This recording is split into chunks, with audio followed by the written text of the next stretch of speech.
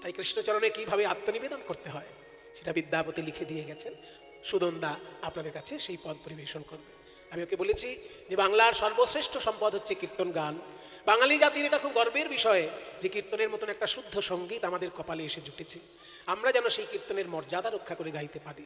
ও চেষ্টা করে ওর মতন করে যতটা পারে কীর্তনের মর্যাদা রক্ষা করেই ও গান গায়। আপনারা আশীর্বাদ করবেন ও যেন কীর্তনের রস উপলব্ধি করে গাইতে পারে। নিতাই গৌর হরি বল। সুমনদা, হরে কৃষ্ণ। সুধী ভক্তমণ্ডলী, আমরা দীর্ঘ 4-5 বছর পর সুমনদাকে পেয়েছি। বিশেষ অসুবিধার কারণে, তার মধ্যে 2 বছর করোনা আর 2 বছর ওনার চাকরি সূত্রে অসুবিধা থাকার জন্য উনি এখানে আসতে পারেননি। উনি যে কথাটা বললেন, নিতাই গৌরের কৃপা হলে যেই যাই হিংসা করুক, সুমনদার ওপরে ভগবানের কৃপা আশীর্বাদ আছে, তাই তার কোনো অসুবিধা কোথাও হবে না। এটুকু আমার মনে হয় ঠাকুরের প্রতি ভক্তি রেখে আশ্বাস আমরা রাখতে পারি যে সুমনদা আরও 1000 বছর বাঁচুক, 1000 বছর কীর্তন করুক। এটা সম্ভব না হলেও এটাই আমাদের গৌরচরণে প্রার্থনা সবারই ভক্তমণ্ডলীর পক্ষ থেকে জানাই।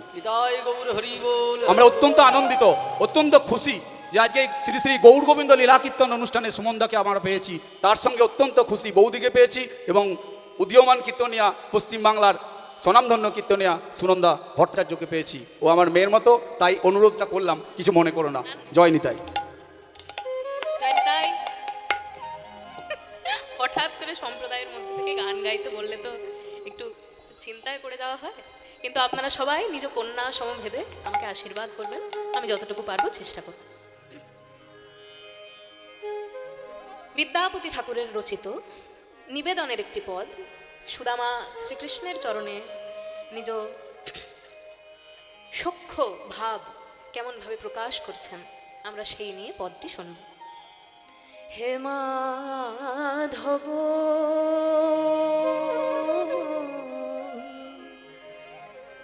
বহুত মিনতি করুত,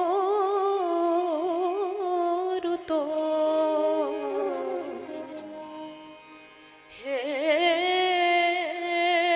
মাধব দে তুলসী তিল আমার দেহ মন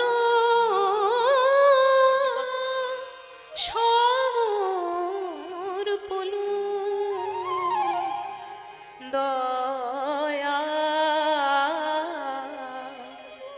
জানি ছোড়াবে মন আমার গণইতে দোষ গুণলেশ না পাবে, গণইতে দোষ গুণলেশ না পাবি। গো জব তু করবে বিচার, জব তু করবে বলা হচ্ছে, হে মাধব তোমার চরণে আমি মিনতি জানাই। কিসের মিনতি? গণইতে দোষ ও গুণলেশ না পাবি। মৃত্যুর পরে আমার যখন দোষ গুণের বিচার হবে তখন আমার দোষই শুধু পাবে। গণইতে দোষ গুণলেশ না পাবি, আমার গুণ তো কিছু পাবে না মাধব। তুমি যখন বিচার করে দেখবে গুণ তো কিছু পাবে না মাধব। যখন পাবে না মাধব, গণইতে দোষ গুণলেশ না পাববে, জব তু করবে বিচার। তখন ভগবান বলছেন, বাহ তুমি তো ভারী চালাক প্রকৃতির মানুষ, তুমি জানো যে তোমার কোনো গুণ নেই, তবু তুমি আমার নাম ধরে ডাকাডাকি করে বলছো কি করে? আমার কাছে বলার জন্য তোমার যে সাহস দরকার, সেই সাহসটা তোমার কাছে এলো কেমন করে? তখন বিদ্যাপতি প্রভু বলছেন, হে প্রভু তোমার লক্ষ লক্ষ নাম রয়েছে এই পৃথিবীতে, কিন্তু সেই লক্ষ লক্ষ নামের মধ্যে একটি নাম শুনে আমার মনে হলো এনাকে মনে হয় সব বলা যেতে পারে। সেই নামটি কি? তু জগন্নাথ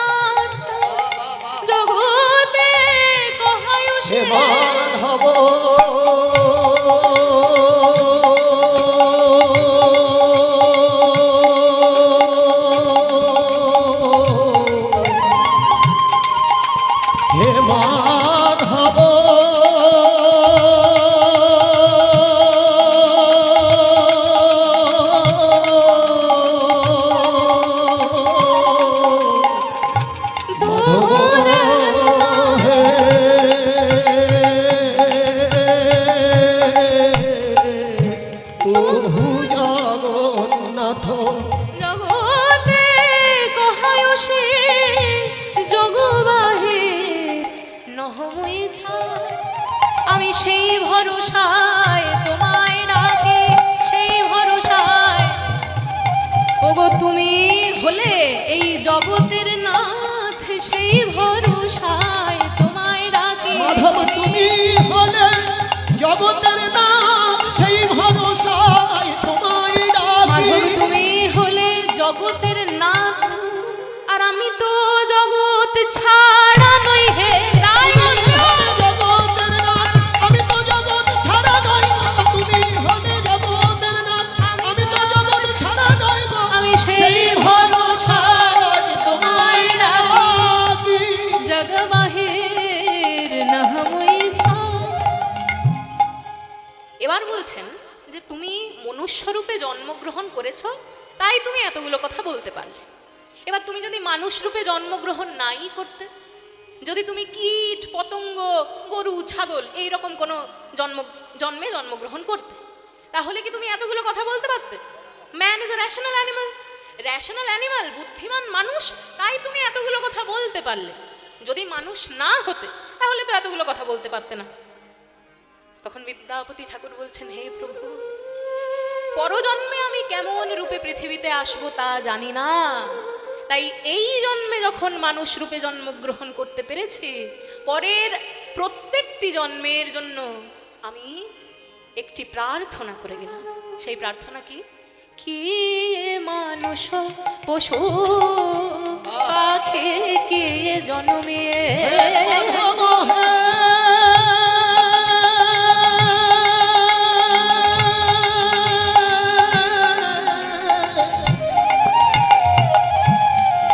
মাধব হে,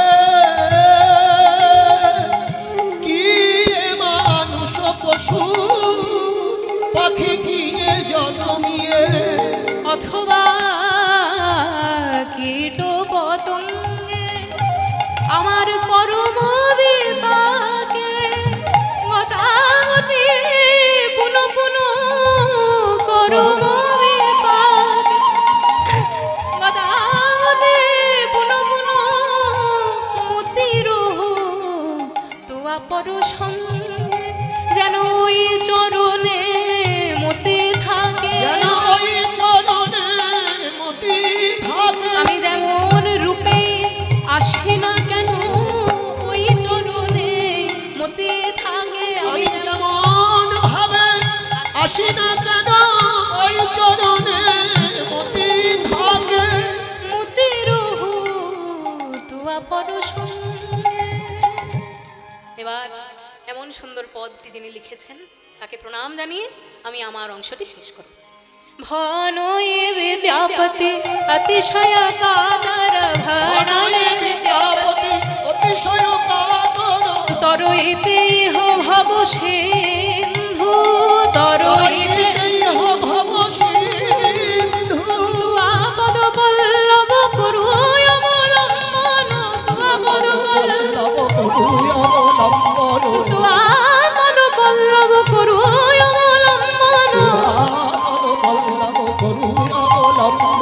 দিল আধ দেহ দিন বন্ধু, দিল আধ দেহ দিন আমায় দান করো হে দান করো। এক বিন্দু কৃপা দান করো হে, এক বিন্দু কৃপা দান করো। নানা ফুরাবে না হে, ফুরাবে না হে। এক বিন্দু দানে সিন্ধু ফুরাবে না হে, এক বিন্দু দানে সিন্ধু ফুরাবে না হে। এক বিন্দু দানে সিন্ধু, হে কৃষ্ণ করুণা সিন্ধু, এক বিন্দু দানে। হে কৃষ্ণ করুণা সিন্ধু, হে কৃষ্ণ করুণা সিন্ধু বিন্দু দান। হে কৃষ্ণ করুণা সিন্ধু বিন্দু দান। হে কৃষ্ণ করুণা সিন্ধু বিন্দু দান। সিন্ধু ফুরাবে না হে। দিলওয়া ধরে দেহ দিন বন্ধু। দিল আধ দেহ দিন বন্ধু। জয় নিতাই।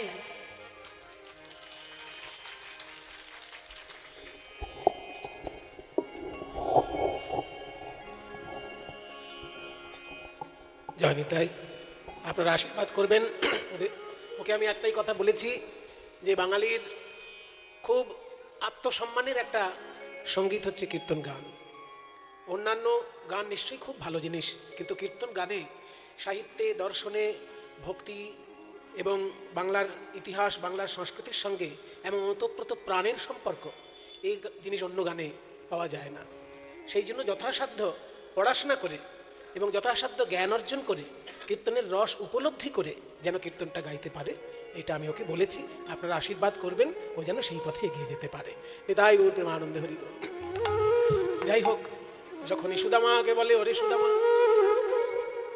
চরণ সেবা করছে কৃষ্ণ সুদামার, শেষকালে হঠাৎ কৃষ্ণ বললে, এই সুদামা, একটা কথা কিন্তু বলতে হবে তোকে।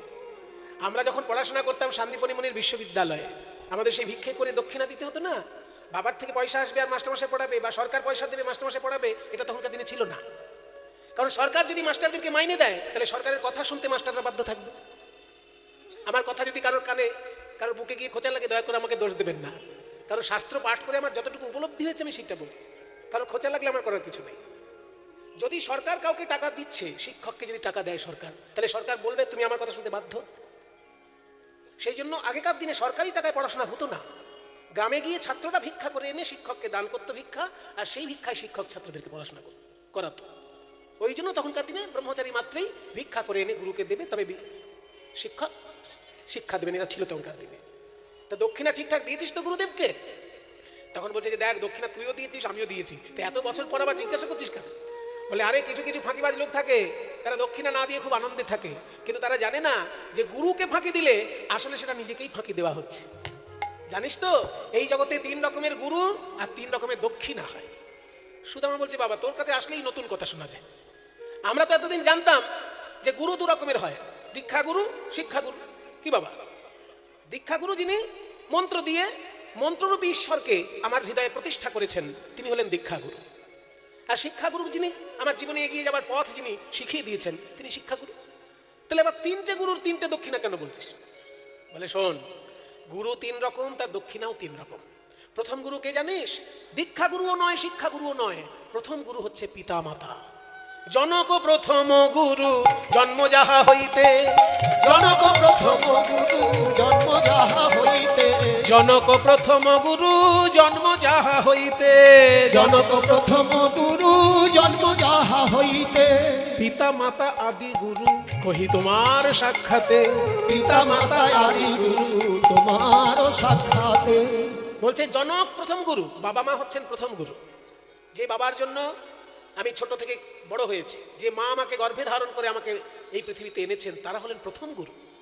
তাহলে বাবা মা যদি গুরু হন, তার দক্ষিণা কি? বাবা মা যদি গুরু হন, তাকে টাকা দিয়ে দিলে কিন্তু দক্ষিণা হয় না। বাবা মার প্রতি দক্ষিণা হচ্ছে বাবা মার সৎ উপদেশ মেনে চলা। বাবা মা যদি সৎ উপদেশ দেয়, আজকে জামবনিতে কীর্তন হচ্ছে, চল বাবা শুনতে চল, সঙ্গে সঙ্গে ছেলে বলবে হ্যাঁ শুনতে যাবো, বলবে না যে আমার যে টিউশন আছে, এই আমার এখনই ক্লাস আছে, ক্লাস পরে হবে। মা যখন বলেছে কীর্তন শুনতে যেতে হবে, ওটা সদুপদেশ, সদুপদেশ যেহেতু যেতে হবে কীর্তন শুনতে। আর বাবা যদি বলে আমি 1 গ্লাস মদ খাবো, তুই আমার সঙ্গে মদ খা, সেটা সদ উপদেশ হলো না, সেটা বদ উপদেশ হলো। ওই জন্য বলছে বাবা মার সদ উপদেশ যদি কেউ মেনে চলে, সেইটা হচ্ছে বাবা মার প্রতি দক্ষিণা। কারণ বাবা মার ঋণ কোনোদিন টাকা দিয়ে শোধ করা যায় না, বাবা মার সদ উপদেশ পালন করাটাই দক্ষিণা। তাহলে দ্বিতীয় গুরু কি? ওই যে তুই বললি দীক্ষা গুরু আর শিক্ষা গুরু। যিনি হৃদ মন্দিরে মন্ত্রময় ঈশ্বরকে প্রতিষ্ঠা করেন, তিনি দীক্ষা গুরু। আর যিনি জীবনে এগিয়ে যাবার পথ দেখিয়ে দেন, তিনি শিক্ষা গুরু। এই 2 প্রকারের গুরুরই মাঝখানের গুরু। তাদের দক্ষিণা কিরকম? দ্বিতীয়তে মন্ত্রদাতা রূপে, শিক্ষাদাতা রূপে বৈষ্ণব ব্রাহ্মণ, দীক্ষাদাতা শিক্ষাদাতা রূপে বৈষ্ণব ব্রাহ্মণ। দ্বিতীয় প্রকার গুরু এই কহিলাম এখন, দ্বিতীয় প্রকার গুরু এই কহিলাম এখন। দীক্ষাদাতা শিক্ষাদাতা রূপে বৈষ্ণব ব্রাহ্মণ, দ্বিতীয় প্রকার গুরু এই কহিলাম এখন। শিক্ষা যিনি দেবেন তিনি ব্রাহ্মণ, যে জাতিতেই জন্মগ্রহণ করেন, শিক্ষার সঙ্গে যুক্ত যে, সেই ব্রাহ্মণ। কাজে শিক্ষাদাতা এবং দীক্ষাদাতা রূপে বৈষ্ণব ব্রাহ্মণ। ব্রাহ্মণ মানে কি? এই খুব ছোট ছোট জিনিস সাধারণ মানুষ জানে না, আজকে জানিয়ে দিচ্ছি আপনাদেরকে। ব্রাহ্মণ শব্দের অর্থটা কি? ব্রহ্মের সঙ্গে যার সম্পর্ক আছে, ব্রহ্মের সঙ্গে যার আত্মিক সম্পর্ক, তাকে বলে ব্রাহ্মণ। ব্রহ্ম কাকে বলে? ব্রহ্ম শব্দের মানে কি? ব্রহ্ম শব্দের মানে হচ্ছে বৃহৎ, সব থেকে বড় যিনি, তিনি হলেন ব্রহ্ম। তাকে মুসলমানরা আল্লাহ বলতে পারে, খ্রিস্টানরা গড বলতে পারে, হিন্দুরা নারায়ণ, রাম, কৃষ্ণ, হরি, গৌর বলতে পারে, কালী বলতে পারে, দুর্গা বলতে পারে, যাই বলুক, সব থেকে বড় যে শক্তি তার নাম ব্রহ্ম। ব্রহ্ম শব্দের অর্থটাই হচ্ছে বড়। বড়র সঙ্গে যার সম্পর্ক সে হচ্ছে ব্রাহ্মণ। বিশ্বব্রহ্মাণ্ডে সব থেকে বড় হচ্ছে ব্রহ্ম। কেন? না ঈশ্বর মহাশক্তি, সেই মহাশক্তির সঙ্গে যার সম্পর্ক তিনি ব্রাহ্মণ, সেই জন্য তিনি শিক্ষাদানের অধিকার। এখানে ব্রাহ্মণ মানে একটা বিশেষ জাতি কিন্তু নয়, ব্রহ্মের সঙ্গে সম্পর্ক যার সেই ব্রাহ্মণ, আর সেই শিক্ষার অধিকারী। তাই শিক্ষাদাতা দীক্ষাদাতা রূপে বৈষ্ণব ব্রাহ্মণ দ্বিতীয় প্রকার গুরু এই কহিলাম। এখন তাদের দক্ষিণা কি? তাদেরকে টাকা পয়সা মাইনে দিয়ে দেওয়াটাই কিন্তু দক্ষিণা নয়। তাদের দক্ষিণা হচ্ছে তাদের সেবা করা। সেবা করা সম্ভব নয় বলে দক্ষিণা টাকা পয়সা দেওয়া হয়। দীক্ষাদাতা এবং শিক্ষাদাতা এই দুইজনকে সেবা করলে তবে দক্ষিণা দেওয়া হলো। সেবা করা সম্ভব হয় না বলেই টাকা হচ্ছে বিকল্প, সেবার বিকল্প হিসেবে টাকাটা দক্ষিণা। তাহলে টাকা কখনো দক্ষিণা নয়, সেবাটাই হচ্ছে দক্ষিণা। দীক্ষাগুরু এবং শিক্ষাগুরু বলে তাহলে তৃতীয় গুরু আর বাকি থাকলো কি? তুই যে বললি গুরু তিন রকম, প্রথম গুরু বাবা মা, দ্বিতীয় গুরু শিক্ষাদাতা দীক্ষাদাতা, তাহলে আর বাকি থাকলো কি? বলে দেখ, খেলার মধ্যে যে খেলে না সেও খেলার সঙ্গে যুক্ত থাকে, তার নাম আম্পায়ার, তাই না? আম্পায়ার কিন্তু বলও ধরছে না, ব্যাটও ধরছে না, সে দৌড়ে দৌড়ে কোনো ফিল্ডিং করছে না, কিন্তু সে একজন খেলার সঙ্গে যুক্ত আছে কি না, তার নাম আম্পায়ার। ঠিক তেমনি একজন আছেন যিনি সরাসরি দীক্ষাও দিচ্ছেন না, শিক্ষাও দিচ্ছেন না, বাবা মার মতন কোলে পিঠে বড়ও করছেন না, অথচ গুরু। তিনি কে? তিনি অন্তর্যামী ভগবান। দেখবেন কিছু কিছু লোক আছে দীক্ষাও নেয়নি, পড়াশোনাও নেই, অথচ জীবনে কখনো ভুল করেনি। এমন লোক পাবেন সমাজে, খুঁজে দু একজনকে পাবেন, পড়াশোনা খুব বেশি নেই, দীক্ষা টিক্ষাও নেয়নি কারোর কাছে, কিন্তু কখনো ভুল করেনি, সে সারা জীবন ভালো কাজ করেছে। এটা কি করে হলো? না, সে যখনই কিছু ভুল করতে গেছে অমনি ভিতর থেকে কে যেন বলে দিয়েছে, এই তুই এই পথে যাস না, এই পথে যা। ওই যে ভিতর থেকে একজন বলে দিয়েছে এটা অন্যায়, এটা ন্যায়, এদিকে যাস না, এদিকে যা। ওই ভিতর থেকে যখন বলে দেয় ভক্তকে ভগবান, তখন তিনি ওই আম্পায়ারের মতন খেলার সঙ্গে যুক্ত না থাকলেও তিনি একজন গুরুর কাজ করেন। তাকে বলে অন্তর্যামী গুরু রূপে। অন্তর্যামী রূপে আমি, আমি ভগবান। তৃতীয়তে অন্তর্যামী রূপে আমি ভগবান। আপদে বিপদে ভক্তের করি পরিত্রাণ। আপদে বিপদে ভক্তের করি পরিত্রাণ। তৃতীয় গুরু হচ্ছেন ভগবান এবং তিনি সবসময় আমাদের ন্যায় অন্যায় বলে দেন, আপদে বিপদে রক্ষা করেন। এই তৃতীয় গুরু যদি ভগবান হয় তার দক্ষিণা কি? এই যে কষ্ট করে কীর্তন শুনছেন ঠান্ডার মধ্যে, আজকাল মোবাইলের দৌলতে সবার ঘরে ঘরে কীর্তন পৌঁছে গেছে বাবা। যে কীর্তন গানে জানে তারও বাজার আছে, যে কীর্তন গান জানে না তারও বাজার আছে। কারণ ইউটিউব, কারণ মোবাইলের মধ্যে দিয়ে আজকে কীর্তনের একদম ঘরে ঘরে বন্যা বইছে। তবুও দেখুন আপনারা 20 বছর 10 বছর আগেও যেমন ভাবে কীর্তন শুনতে এসেছেন এখানে, সেইভাবে। আমি তো ভেবেছিলাম মোবাইলের জ্বালাতনে হয়তো সংখ্যা কমে যাবে শ্রোতার, কিন্তু কই কমেনি তো। মোবাইলের জন্য কোনো শ্রোতার সংখ্যা কমেনি। কারণ কি? আপনারা ভালোবাসেন। যেমন দেখেছি 10 বছর আগে আপনাদেরকে, সেই রকমই এই বছরও দেখছি। এই যে আপনারা কষ্ট করে তার জন্য কীর্তন শুনছেন, অন্তর্যামী ভগবানের দক্ষিণা দেওয়া হচ্ছে এটা। বাহ, সত্যি কানাই, তোর কাছে আসলে না পড়াশোনার বাইরেও অনেক কিছু শেখা যায়। দাঁড়া, এবার একটা কথা বলবো। তুই পণ্ডিত মানুষ, তোর কাছে তো আমি এটা আশা করতেই পারি। এত বছর পর যখন বন্ধুর কাছে এসেছিস, আমার জন্য নিশ্চয়ই কোনো উপহার তুই নিয়ে এসেছিস সুদামা। যেই না উপহারের কথা বলেছেন, অমনি সুদামা যে চিড়ে বেঁধে এনেছিল, সেই চিড়ে দেখে ভাবছে যে এই ভিক্ষা করা চিড়ে আমি কেমন করে কানাইয়ের হাতে তুলে দেব।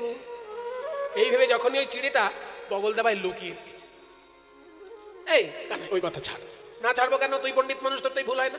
কানাই ছেড়ে দে ওই কথা। আচ্ছা ঠিক আছে, ছেড়ে দিলাম। একটু তোকে আলিঙ্গন করি আয়। চতুর চূড়ামণি কৃষ্ণ তো যেই না সুদামাকে আলিঙ্গন করতে গেছে, অমনি এই যে চিড়ে লুকোনো ছিল সেই চিড়ে বাইরে চলে এসেছে। কি এই তো পুটলির মধ্যে এমন কিছু আছে, নিশ্চয়ই তুই আমার জন্য যত্ন করে এনেছিস। দেখি, এই কানাই দেখি কি এনেছে আমার বন্ধু। দেখি, আমার বন্ধু আমার জন্য আনবে না, এটা হতে পারে? ও সব কিছু খুইয়ে তবু আমার জন্য আন। ও মা, চিড়ে! বাবা, আমি যখন থেকে রাজা হয়েছি জানিস, সারা পৃথিবীর লোক আমার বাড়িতে দেখা করতে আসলে দামি দামি বড় বড় মিষ্টি নিয়ে আসে। আর মিষ্টি খেতে খেতে খেতে খেতে এখন মিষ্টি দেখলেই গা গুলোয়। যাতে আমার গাটা না গুলায়, যাতে আমার একটু স্বাদের পরিবর্তন হয়, ওই জন্য তুই চিড়ে এনেছিস। হ্যাঁ, মনে করুন যে লোকটা সকাল থেকে বিকেল পর্যন্ত রসগোল্লা খাচ্ছে, তাকে যদি কেউ 1 প্যাকেট চানাচুর দেয়, কেমন লাগবে? তাই তখন চানাচুরটাই বেশি ভালো লাগবে না? তা তুই আমার জন্য চিড়ে এনেছিস। ও মা, চিড়েগুলো আমার ভিজে। তার মানে চিড়ে যাতে আমার গালে না ফোটে, আমার গলায় যাতে লেগে না যায় শুকনো চিড়ে আনিসনি, ভিজিয়ে এনেছিস। কত ভালোবাসিস সুদামা। সুদামা থাকতে না পেরে বলে, কানাই রে, ওরে আমার জীবন কানাই, তোর জন্যই আমি অত শত ভেবে চিড়ে আনি নাই। ঘরে কিছু ছিল না বলে আমার গিন্নি ভিক্ষা করতে গেছিল। আমি যে বেদ পাঠ করি, মিথ্যা কথা আমি বলতে পারি না। ওই ভিক্ষা করা করে 4 পাড়ায় 4 মুঠো চিড়ে পেয়েছে। ওই ভিক্ষা করা চিড়ে যে কানাইয়ের মুখে আমি সুস্বাদু আম তুলে দিতাম, সেই কানাইয়ের মুখে এই ভিক্ষা করা চিড়ে কেমন করে তুলে দেব, এই ভাবতে ভাবতে আমার চোখের জলে চিড়ে ভিজে গিয়েছে। চোখের জলে চিড়ে ভিজে গিয়েছে। আমার চোখের জলে চিড়ে ভিজে গিয়েছে। আমার চোখের জলে চিড়ে ভিজে গিয়েছে। আমি কেমন করে দেব বদনে, ভেবে চোখের জলে চিড়ে ভিজে গিয়েছে। আমি কেমন করে দেব বদনে, ভেবে চোখের জলে চিড়ে ভিজে গিয়েছে। আমি কেমন করে দেব বদনে, যে বদনে ননি দিতে আমার কর কমে। কেমন করে দেব বদনে নদীতে আমার ঘর, কেমন করে দেব বদনে ভেবে চোখের জলে চিড়ে ভিজে গিয়েছে। কৃষ্ণ বলে, সুদামার তুই কাঁদিস না, আমি তো গীতায় প্রতিজ্ঞা করেছি, পত্রং পুষ্পং ফলং তুয়ম यो मे भक्त्या प्रयच्छति तदहम भक्ति उपहृतमश्नामि प्रियतात्मनः। কেউ যদি আমায় ভালোবেসে একটি ফল দেয় আমি তাই খাই। ফল জোগাড় করতে না পেরে কেউ যদি একটি ফুল দেয় তাই গ্রহণ করি। ফুল দিতে না পেরে কেউ যদি একটি তুলসী পাতা দেয় তাও খাই রে সুদামা। আর পাতাও না পেয়ে কেউ যদি শুধু গঙ্গা জল নিয়ে বলে, হে গোবিন্দ, আজ আমার কিছুই জোটে নয়, তুমি এই জল পান করো, আমি সেই জলই পান করি রে সুদামা। তুই আবার দাঁড়ে দাঁড়ে ভিক্ষা করে চিড়ে এনে দিয়েছিস। আমাকে তো কত মূল্যবান প্রসাদ দিয়ে সবাই ভোগ দেয়, আয়োজনে আয়োজনে, মন্দিরে মঠে মন্দিরে, ঘরে ঘরে আমায় পূজা করে সবাই, কিন্তু এমন ভাবে চোখের জলে ভিজা চিড়ে কেউ তো দেয় না। চোখের জলে ভিজা চিড়ে কেউ তো দেয় না। হে গোবিন্দ সেবা সেবা করো বলে চোখের জলে ভিজা চিড়ে কেউ তো দেয় না। হে গোবিন্দ সেবা সেবা করো বলে চোখের জলে ভিজা চিড়ে কেউ তো দেয় না। ওরে সুদামা, তোর এই ভিক্ষা করা চিড়ে তাও আবার চোখের জলে ভিজানো, তাতে আমি এত আনন্দ পেলাম। এই দেখ, তোর সামনে আমি এই চিড়ে খাচ্ছি, শুধু ভক্ষণ করছি তা নয়, আমি তোর কাছে কথা দিলাম, আগামী কলিযুগে কোনো জীব যদি ভিক্ষা করা চিড়ে দিয়ে আমায় মালসা ভোগ সাজিয়ে দেয়, আমি গৌরাঙ্গ মহাপ্রভু রূপে সেই মালসা ভোগের চিড়ার প্রসাদ খাবো। সেই জন্য কলিযুগে ঘরে ঘরে মহাপ্রভুর ভোগ যখন হয়, দাঁড়ে দাঁড়ে ভিক্ষা করা অর্থে ওই চিড়ির ভোগ দেওয়া হয়। নাহি জানি পরিপাটি আমার নাহি আয়োজন, নাহি জানি পরিপাটি নাহি আয়োজন। সুখানুখা এক মুষ্টি করো ভক্ষণ, হরে হরে সুখানুখা মুষ্টি করো ভোজন, ভজপতি তৈধারণ শ্রী গৌর শ্রী গৌর হরি নবদ্বীপ বিহারী, শ্রী গৌর হরি গৌর হরি নবদ্বীপ বিহারী, গৌর হরি নবদ্বীপ, গৌর হরি নবদ্বীপ বিহারী, হরে হরে হরে দীন দয়াময় হিতকারী ভজতি তয়ুদারণ শ্রী গৌর হরি। দেখুন, একজন বলছিলেন বাংলাদেশের পদকর্তা ছাড়া কীর্তন গান অসম্পূর্ণ। একদম ঠিক কথা। বাংলাদেশ তো আলাদা কোনো দেশ নয়, ভারতবর্ষের সংস্কৃতিরই এক অংশ। বৈষ্ণব আন্দোলনটা গোটাটাই পশ্চিমবঙ্গ পূর্ববঙ্গ মিলিয়ে। বৈষ্ণব আন্দোলন শুধুমাত্র পশ্চিমবঙ্গের জিনিস নয়, বাংলাদেশেরও। এবার কিছু অপদার্থ লোক দেশ ভাগাভাগি করে দিয়ে গেছে, তার অভিশাপ আমাদেরকে বহন করে চলতে হচ্ছে। তাহলে এই যে এত সুন্দর পদটা আপনারা শুনলেন, এটা তো নরোত্তম দাসের লেখা। আর নরোত্তম দাস জন্মেছেন কোথায়? রাজশাহী জেলার রাজপুত্র তিনি। তাহলে তার পদ ছাড়া বৈষ্ণব জগৎ সম্পূর্ণ হয় কি? নরোত্তম দাস ঠাকুরের পদ ছাড়া বৈষ্ণব সাধনা অসম্পূর্ণ। এত সুন্দর পদটা শ্রীকৃষ্ণ চৈতন্য প্রভু দাসের অনুদাস, শ্রীকৃষ্ণ চৈতন্য প্রভু দাসের অনুদাস, সেবায় অভিলাষ মাগে গে নরোত্তম দাস। হরে হরে সেবায় অভিলাষ মাগে নরোত্তম দাস, ভগবতী তয়ুদারণ শ্রী গৌর হরি। কই গো গিন্নি, সুদামার প্রসাদ আমি খাচ্ছি দেখো। বলে দেখবো না, আমরাও খাবো। আপনি এক মুঠো খেয়েছেন, ভালো কথা আর খাবেন না, দয়া করে আপনি আমাদের জন্য প্রসাদ রাখুন। এই বলে তখন সবাই কণা কণা প্রসাদ দিচ্ছে। ওই যে সুদামার ভিক্ষে করা চিড়ের প্রসাদ, পুরো রাজ পরিবারের সবাই প্রসাদ পাচ্ছে, কারণ শ্রীকৃষ্ণ পেয়েছেন। এবার কোথায় ছিল নারদ? সেও সেইখানে এসে ঠিক হাজির। ওইখানে কোথায় একটা পেয়েছে কণা, আর সেই কণা পেয়ে ওই সুদামার প্রসাদ যখন নারদ পাইল, ওই সুদামার প্রসাদ যখন নারদ পাইল, নাচিতে নাচিতে নারদ কৈলাসেতে গেল। নাচিতে নাচিতে নারদ কৈলাসেতে গেল। ও মামা, তুমি হলে দেবাদিদেব মহাদেব। এই কনকনে ঠান্ডার মধ্যে কৈলাসের বরফের মধ্যে বসে বসে শুধু ধ্যানই করো। পৃথিবীতে কি হলো কোনো খবরই রাখলে না। হ্যাঁ, বলছে অফিসার ফিট করা আছে, তার মানে আমি তোমার একজন ইনফরমেশন অফিসার। তাই হলো, জানো সুদামার ভিক্ষা করা চিড়ে, সেই ভিক্ষা করা চিড়েতে এত প্রেম যে আমি এক কণা পেয়েছি, আর নাচতে নাচতে তোমার কাছে হাজির হয়েছি। তোমার জন্য তো আনতে ভুলে গেছি। তবে এই নখ দিয়ে আমি চিড়ে ভেঙেছিলাম তো, এই নখের মধ্যে মধ্যে এক কণা একটু গুঁড়ো আছে, দেবো? আচ্ছা হা কর।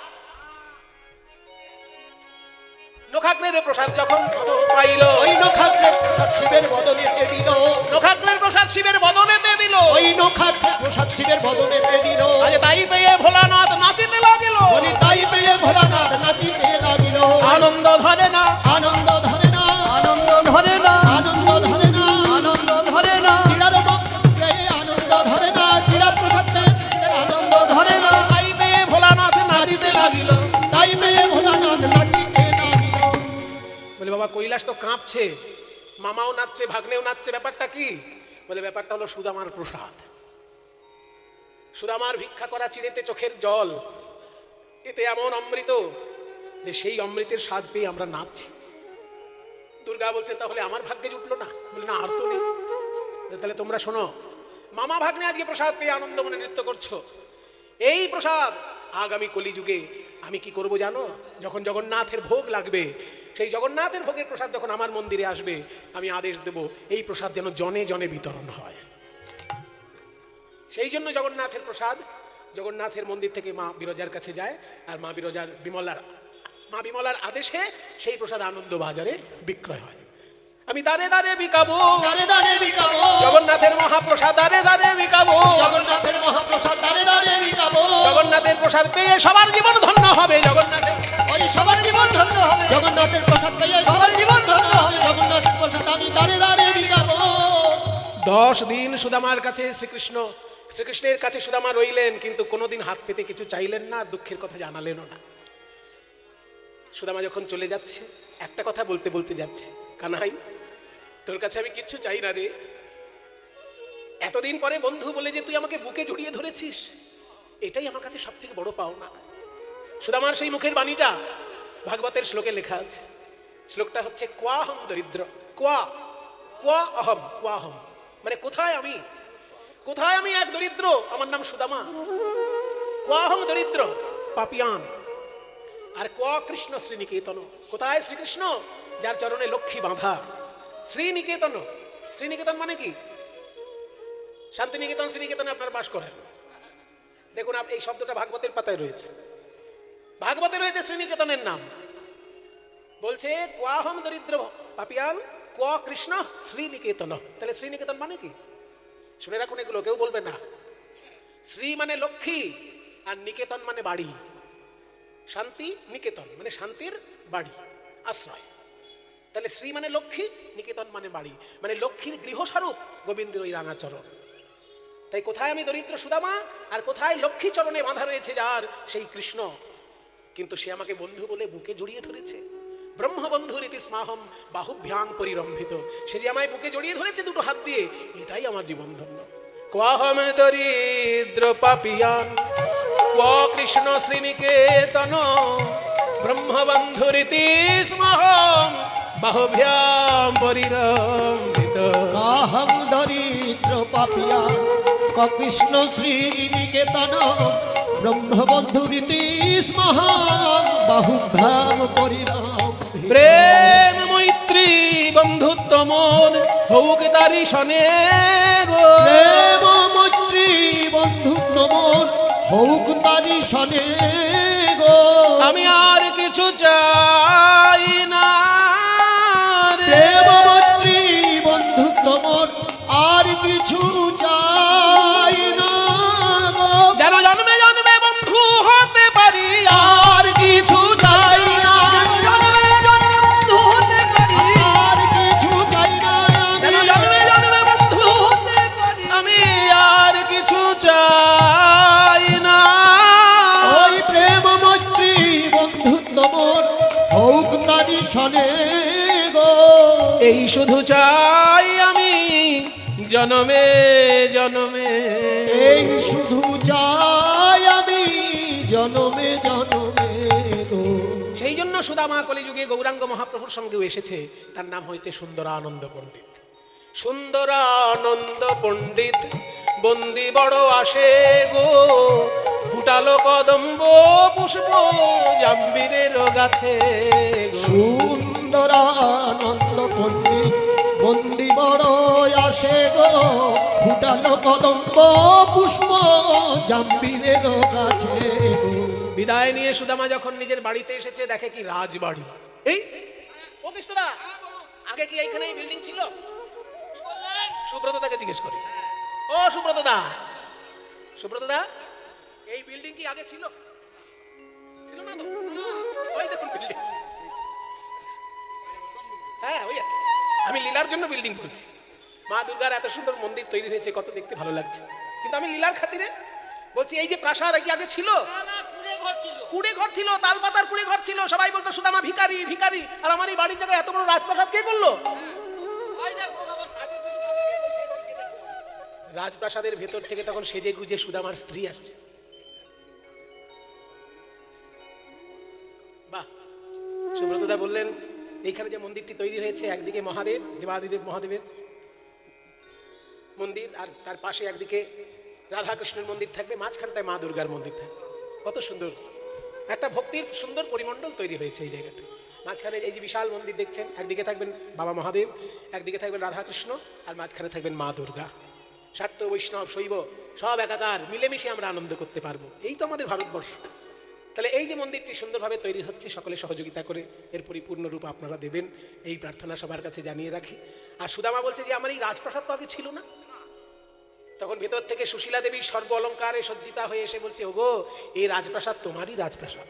হ্যাঁ, বলে তুমি যখন কৃষ্ণের কাছে গেছো, তারপর একদিন দেখি মা লক্ষ্মী স্বয়ং এসে আমাকে গয়না দিয়ে সাজিয়ে দিলেন। আর একদিন স্বয়ং বিশ্বকর্মা এসে এই রাজপ্রাসাদ বানিয়ে দিয়ে বললেন, এখন থেকে আপনারাই হলেন এই রাজপ্রাসাদের রাজা আর রানী। তাই তুমি এই বাড়ির রাজা আর আমি হলাম রানী। যেখানে এই রাজপ্রাসাদ ছিল সেটা হচ্ছে গুজরাটের পোরবন্দর বলে জায়গাটির নাম। দেখুন কিভাবে ইতিহাস ভারতবাসী আমরা বিকৃত করে ফেলেছি নিজেদের ইতিহাস। জায়গাটার নাম ছিল সুদামাপুরী।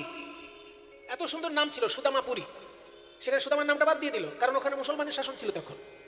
ওইসব ধর্ম নাম বাদ দিয়ে শুধু পোরবন্দর নাম দিল। সুদামাপুরী বন্দর এরকম নাম ছিল, সুদামাপুরী। সেই সুদামার নামটা পুরো বাদ দিয়ে দিল, দিয়ে পোরবন্দর, পুরী বন্দর, সেটা পুরী বন্দর উচ্চারণ করতে পারতো না, নাম দিয়ে দিল পোরবন্দর। এখন পোরবন্দর শুনলে কেউ বুঝতে পারবে যে ওখানে সুদামার বাড়ি ছিল? কিন্তু সুদামা পুরী বন্দর বললে পরিষ্কার লোকে বুঝতে পারতো যে ওখানে সুদামার রাজপ্রাসাদ ছিল বা বাড়ি ছিল। সেই জন্য আমাদের দেশের সব ইতিহাস ভূগোলগুলো পাল্টে দিয়েছে মুঘলদের রাজত্বকালে। সেগুলো ধীরে ধীরে ঘুরে ফিরে আসছে, নতুন করে আসছে, কিন্তু ভালো লাগছে যে ইতিহাস তার নিজের রূপে প্রতিষ্ঠিত থাক। কারণ চাপিয়ে দেওয়া ইতিহাস আমরা কেন মানব? ওই জন্য সুদামা পুরী বন্দর জায়গাটার নাম। আসলে সুদামার নামটা বাদ দিয়ে হয়ে গেল পুরী বন্দর, সেখান থেকে বাইরের লোকেরা উচ্চারণ করতে লাগলো পোরবন্দর, এখন পোরবন্দর নাম হয়েছে। হাওড়া থেকে পোরবন্দর এক্সপ্রেস যায়, আপনারা কোনোদিন যদি যেতে চান একদম হাওড়া স্টেশনে বসবেন, সুদামার বাড়িতে গিয়ে নামবেন। জায়গাটির নাম পোরবন্দর, পোরবন্দর এক্সপ্রেস আছে, গিয়ে ওইখানে নেমে সুদামার মন্দির। তবে এখন ওই রাজপ্রাসাদও নেই আর বড় মন্দিরও নেই, ছোট্ট একটা মন্দির আছে সুদামার নামে। তবে হ্যাঁ, পোরবন্দরে গেলে একটা দুর্লভ জিনিস আপনারা কেউ যেন বাদ দেবেন না, সেটা হচ্ছে ওইখানে এক পণ্ডিতের বাড়িতে স্বামী বিবেকানন্দ মহাভাষ্য পাঠ করেছিলেন। মহাভাষ্য জিনিসটা কি? মহাভাষ্য হচ্ছে যেটা আমাদের ভারতবর্ষের আদি ব্যাকরণ, যেটা পাণিনির ব্যাকরণ, সেই পাণিনির ব্যাকরণের উপর যে ভাষ্যটি রচিত হয়েছে তার নাম হচ্ছে মহাভাষ্য। সেই পাণিনি ব্যাকরণের মহাভাষ্য যেটা, সেটা স্বামী বিবেকানন্দের পড়ার ইচ্ছা ছিল, কিন্তু ভালো পণ্ডিত পাচ্ছিলেন না। ওইখানে ভালো পণ্ডিত ছিল মহাভাষ্যের, স্বামী বিবেকানন্দ ওইখানে থেকে মহাভাষ্যটি পাঠ করেছিলেন। কাজেই এমন একটি বিখ্যাত জায়গা যেখানে সুদামা বাস করতেন এবং স্বামী বিবেকানন্দ ওখানে গিয়ে মহাভাষ্য পাঠ করেছেন। কাজেই বাঙালিরও খুব প্রাণের সম্পর্ক রয়েছে ওই জায়গাটিতে। আমার প্রণাম করা হয়ে গেছে, আপনারা সময় মতন একটাবার কখনো গিয়ে প্রণাম করে আসবেন। তাই সবাই মিলে একবার সুদামার জয়ধ্বনি দিন, বলুন কৃষ্ণ সুদামা কি, কৃষ্ণ সুদামা কি, কৃষ্ণ সুদামা কি, জয় গৌর ভক্তবৃন্দ, গৌর যার প্রাণ, জয় গৌর ভক্তবৃন্দ, গৌর যার প্রাণ। একবার প্রাণ ভরে জয় দাও, বলো জয় গৌর ভক্তবৃন্দ, প্রাণ ভরে জয় দাও ভাই। করুণা সিন্ধু গৌর ভক্তবৃন্দের প্রাণ ভরে জয় দাও, করুণা সিন্ধু গৌর ভক্তবৃন্দের প্রাণ ভরে জয়, বলো জয় গৌর ভক্তবৃন্দ, গৌর যার প্রাণ। সবে মিলে করো মোরে প্রেম ভক্তি দান, সবে মিলে করো মোরে প্রেম ভক্তি দান। হরে কৃষ্ণ হরে কৃষ্ণ, কৃষ্ণ কৃষ্ণ কৃষ্ণ কৃষ্ণ হরে হরে, হরে রাম হরে রাম, রাম রাম হরে হরে। হরে কৃষ্ণ হরে কৃষ্ণ, কৃষ্ণ কৃষ্ণ হরে হরে, হরে রাম রাম রাম হরে। ভজনি তাই গৌর রাধে শ্যাম, হরে কৃষ্ণ হরে রাম, ভজনি তাই গৌর রাধে শ্যাম, হরে কৃষ্ণ হরে রাম। নিতাই গৌর রাধে শ্যাম, হরে কৃষ্ণ হরে রাম। নিতাই গৌর রাধে শ্যাম,